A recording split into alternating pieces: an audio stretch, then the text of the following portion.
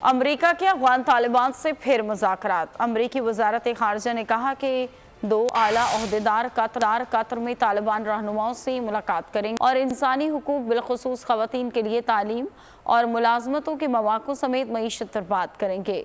दूसरी जानिब तालिबान ज़राए का कहना है कि इस मुलाकात में अफगान वज़ीर ख़ारजा मुल्ला मुत्तकी अफगान बैंक के मुंजमद ज़खायर, आलमी पाबंदियों और ब्लैक लिस्टों को ख़त्म करने के हवाले से अमरीकी ओहदेदारों से बात करेंगे।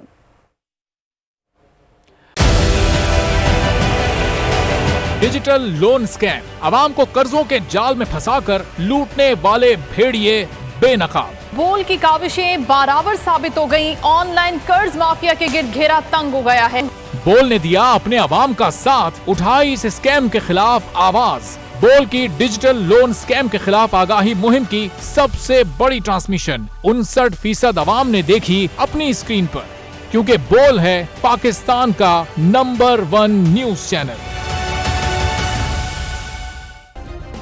सब्सक्राइब करें और बेल दबाएं ताकि कोई खबर रह न जाए।